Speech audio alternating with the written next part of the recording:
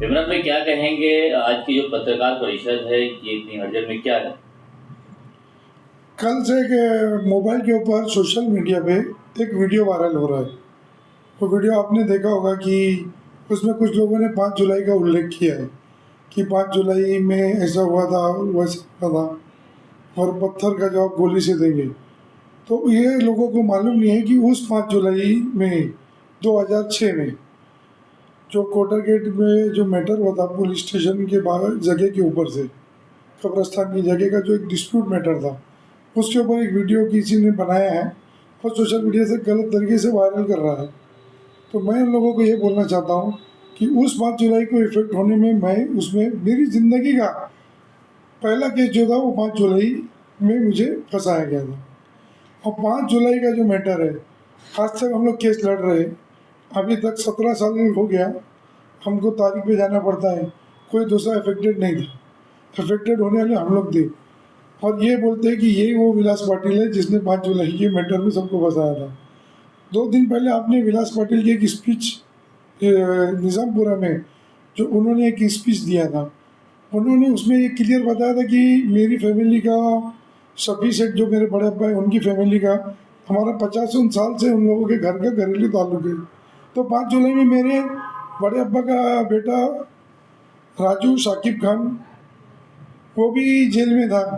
अगर विलास पाटिल सबको केस में डाल रहा था तो जब वो 50 साल का हमारा रिलेशन है तो मेरे चाचा के लड़कों को और मेरे को अंदर फंसाता कैसे? अगर उसके हाथ में होता तो बचाता है।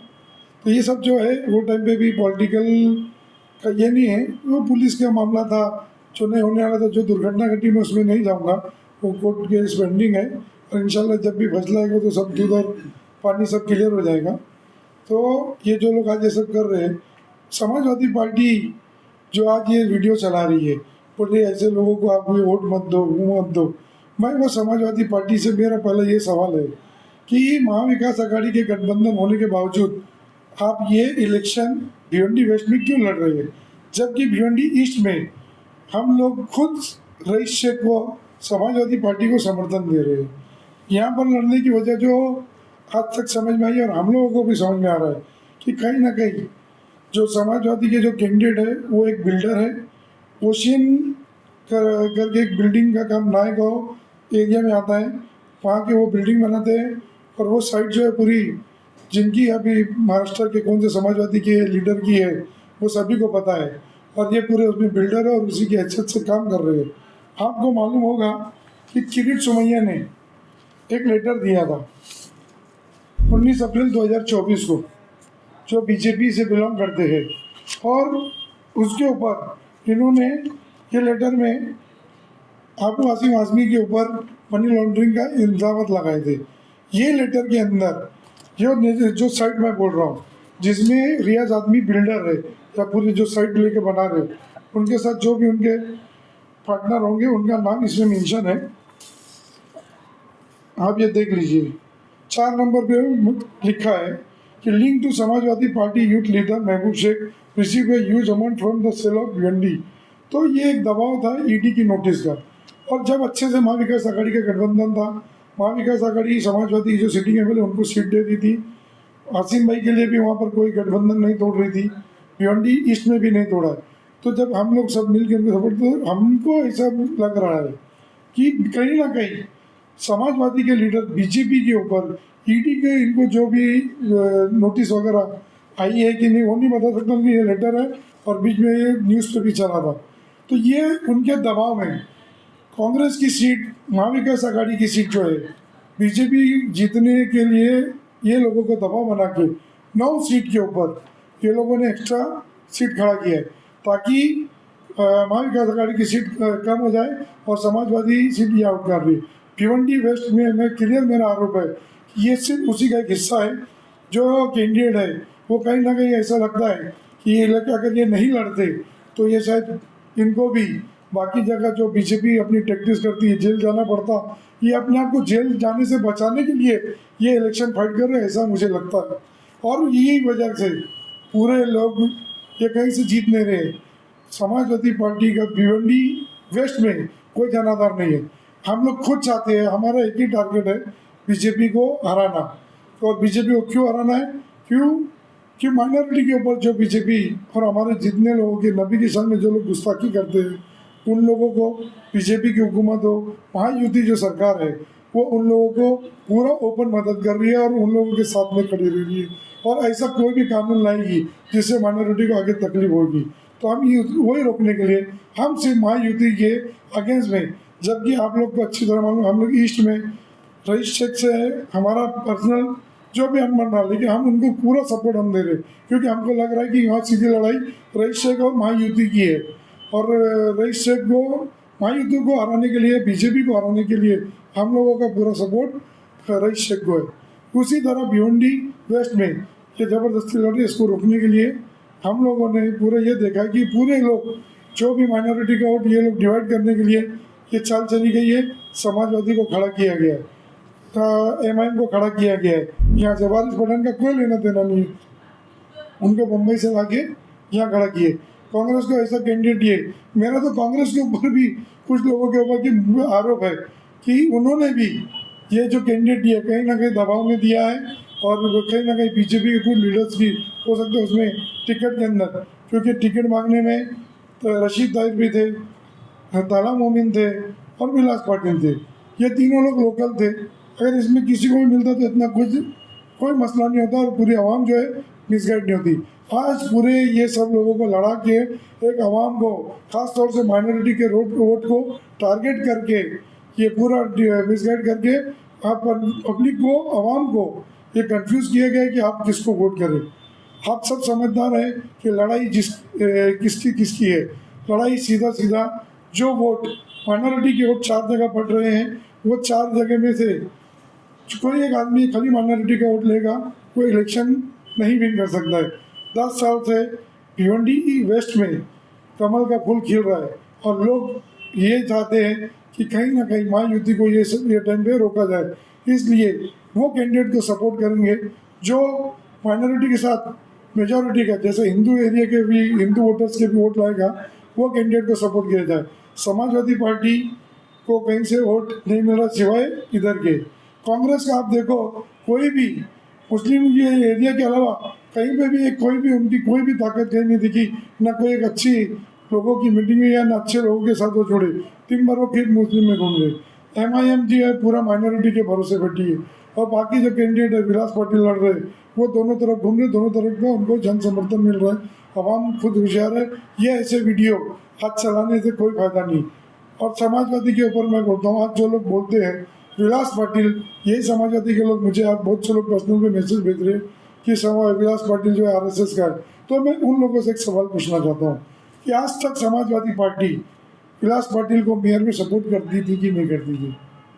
2012 में आप इतिहास निकाल के जो ना रिकॉर्ड निकालो, जो लोगों को मालूम है, जब मेरी मिसेस मेयर का इलेक्शन लड़ रही थी, मेरे सामने यही विलास पाटिल के सामने मैंने इलेक्शन लड़ा था।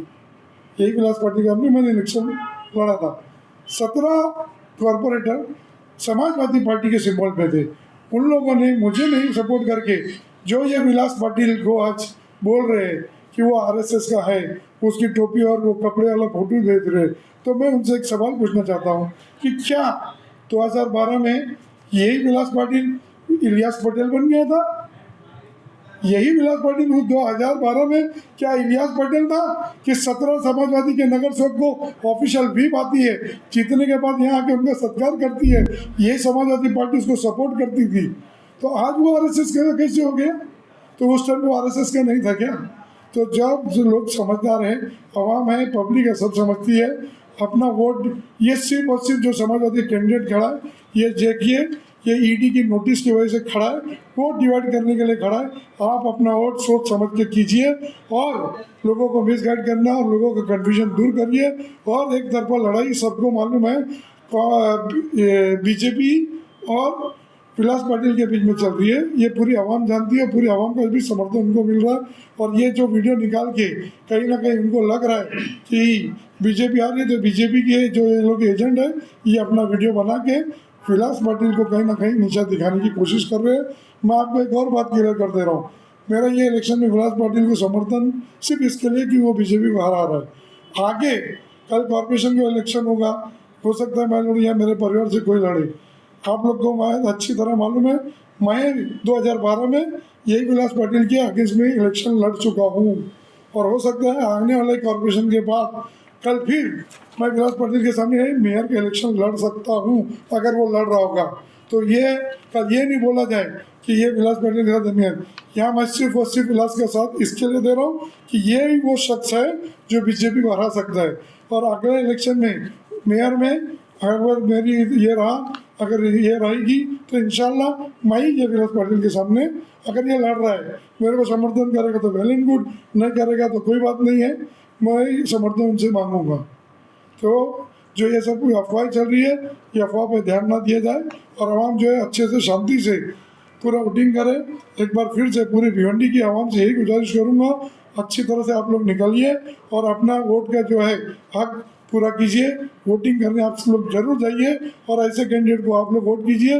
अपने दिल पर हाथ रख के देखिए कि कौन अच्छा कैंडिडेट है और कौन बीजेपी को आपको हरा सकता है, वैसे कैंडिडेट को आप वोट करिए। एक जगह महाविकास आघाड़ी का सपोर्ट करते हैं ईस्ट में, और वहीं पे महाविकास आघाड़ी की अपोजिशन जो अपक्ष में जो खड़े उनका सपोर्ट समर्थन करते हैं। क्या ये महाविकास आघाड़ी से धोखा नहीं है? महाविकास आघाड़ी से ऑलरेडी के 3 कैंडिडेट मेरी समझ में लग रहा है कि 3 कैंडिडेट महाविकास आघाड़ी के, क्योंकि आप देखेंगे कि जो एनसीपी के हमारे खासदार है बालिया मामा, वो ओपनिंग में ऑफिस के किसके आए थे? समाजवादी के कैंडिडेट के। बाकी जितने लोग हैं वो सपोर्ट किसको कर रहे हैं? जो कांग्रेस की टिकट मांगा था, महाविकास आघाड़ी की टिकट विलास पाटिल ने मांगा था, उसको टिकट नहीं मिली। अगर उसको टिकट मिलती तो वो महाविकास आघाड़ी का कैंडिडेट होता, और बाहर के कैंडिडेट होने की वजह से कोई भी जन समर्थन कांग्रेस के साथ नहीं जा रहा है। ये भी आरोप लगाया जा रहा है कि वो आजाद उम्मीदवार है और कल को बीजेपी को सपोर्ट करेंगे। देखो वो सब क्लियरेंस हो चुका है, सब लोगों को बता चुके हैं। अगर वो बीजेपी को सपोर्ट करते तो बीजेपी उनको टिकट दे रही थी, वो बीजेपी से नहीं लड़े क्योंकि उनको कांग्रेस था। अगर ऐसा कुछ रहता वो कांग्रेस से टिकट क्यों मांगते? वो कांग्रेस के कैंडिडेट है ना, कांग्रेस से टिकट मांगे, नहीं मिला तो लड़े। इमरान भाई, अभी हम बात करेंगे उस वीडियो की जिस वीडियो का आपने बताया कि वीडियो वायरल हो रहा है। ऐसा क्या है उस वीडियो में, और आप डायरेक्ट आरोप जो है वो सिर्फ समाजवादी पार्टी पे ही क्यों लगा रहे हो? वो उस वीडियो में क्लियर दिख रहा है, और जो वीडियो में बताया जा रहा है कि आप अपना वोट समाजवादी को दीजिए, इसलिए मेरा डायरेक्ट आरोप समाजवादी के ऊपर है कि समाजवादी पार्टी ने ये चीज़ करी है। यानी कि आपके जो उम्मीदवार है उनकी लड़ाई समाजवादी है। हमारी समाजवादी लड़ाई में है ही नहीं, हमारी लड़ाई सिर्फ बीजेपी से है। उस वीडियो में एक चीज़ और दिया है कि 5 जुलाई के ऊपर दे रहे हैं कि ईंट का जवाब गोली से दिया जाएगा। तो मैं आप लोग को बता दे रहा हूँ कि मैं उसमें विक्टिम रहा हूँ, और मेरे साथ जितने लोग विक्टिम रहे हैं वो सभी लोग आज विलास पाटिल के सपोर्ट कर रहे हैं, क्योंकि उनको मालूम है उसमें विलास पाटिल का क्या लेना देना था कि नहीं था, वो सबको मालूम है। और उसमें जो एक स्टेटमेंट आया था, आप जो ना आप लोग निकाल के देखेंगे, उस टाइम पे एनसीपी पार्टी के गृह मंत्री थे मरहूम जो आर पाटिल, जो मिनिस्टर थे, और विलास पाटिल के वालिद का नाम जो है वो भी आर पाटिल था। ये लोगों को मिसगाइड करके बताना चाह रहे हैं कि वो आर पाटिल, ये आर पाटिल थे। आर पाटिल कभी हमदर्द नहीं बने तो मिनिस्टर क्या था। तो वो जो पत्थर वाला स्टेटमेंट है, वो आर पाटिल जो मंत्री थे उन्होंने एक स्टेटमेंट दिया था कि पत्थर का जवाब गोली से देंगे। तो ये जो है ये भी आपको हम क्लियर करना चाहते हैं कि ऐसा कोई मामला यहाँ से नहीं है। इमरान भाई, क्या लगता है आपको कि भिवंडी पश्चिम की जो राजनीति है वो घालमेल हो चुकी है? क्योंकि जनता का ऐसा मानना है कि बीजेपी के जो सहयोगी दल थे जिन्होंने खासदार के चुनाव में बीजेपी का सपोर्ट किया था, और वही कांग्रेस की कांग्रेस के चुनाव चिन्ह पर टिकट मांग रहे थे, उनको टिकट नहीं मिला, जो आज़ाद उम्मीदवार के रूप में चुने गए। तो ऐसे में उनके ऊपर बीजेपी के भी कई लाछन लगाए जाते हैं कि वो बीजेपी के समर्थक थे। तो जनता उनके ऊपर विश्वास करने की आप जो बात कर रहे हैं, कैसे करेंगे? देखिए, बीजेपी के वो समर्थक का आप कैसे बोल सकते हो? जो अभी कैंडिडेट लड़ता है, हर आदमी अपने अपने वार्ड में अपने हिसाब से करते हैं। विलास पाटिल का 2 वोट जो है मुस्लिम पड़ता है, 2 वोट जो पड़ता है वो हिंदू एरिया में आता है। तो उनकी एक मजबूरी रहती है कि जब वार्ड का इलेक्शन जब वो लड़ते, इसीलिए वो आज़ाद लड़ते, वो कभी ये नहीं थे।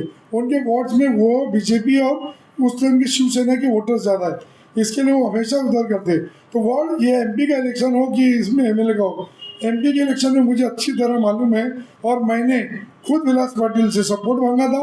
उसका जो मुस्लिम वार्ड एरिया था पूरा माइनॉरिटी का, उसने उसकी पूरी टीम मेरे साथ दिया था बालिया मामा का काम करने के लिए। आपके बालिया मामा ही समाजवादी पार्टी के मंच पर जाकर जनता के बीच वोट मांग रहे हैं और बाकी लोगों को हराने की बात कर रहे हैं, जिनके लिए आपने भी मेहनत की।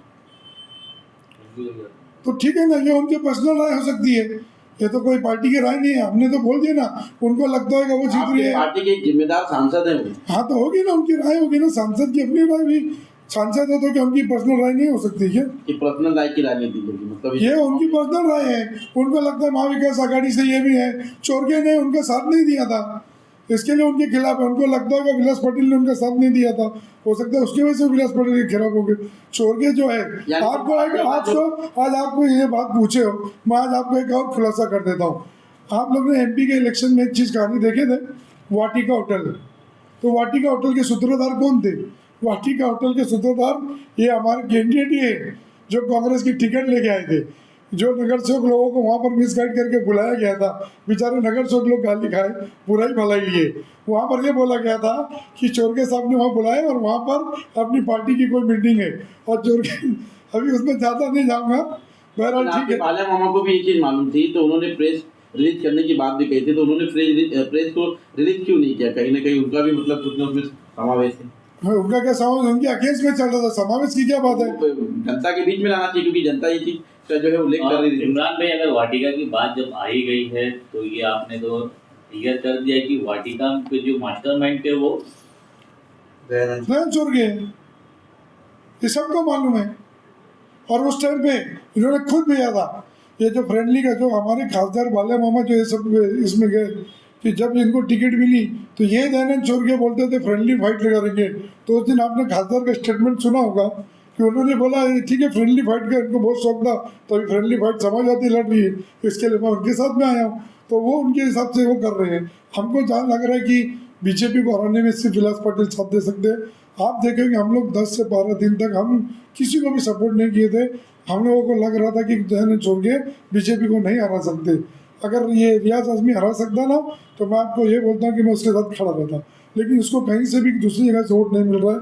ये सिर्फ एक समाज का और एक खाली गांव घर के लोगों का वोट ले रहा है, एक पर्टिकुलर समाज का और कुछ गांव घर का वोट ले रहे। सब समाज इसके साथ में नहीं है, इसीलिए हम उनका समर्थन नहीं करते। रियाज मेरे वार्ड के मेरे खुद के वोटर है, मेरे सपोर्टर भी रहे, लेकिन जहाँ मुझे भी लगता है, लेकिन सामने बीजेपी को देखते हुए मैं उनके भी खिलाफ काम कर रहा हूँ।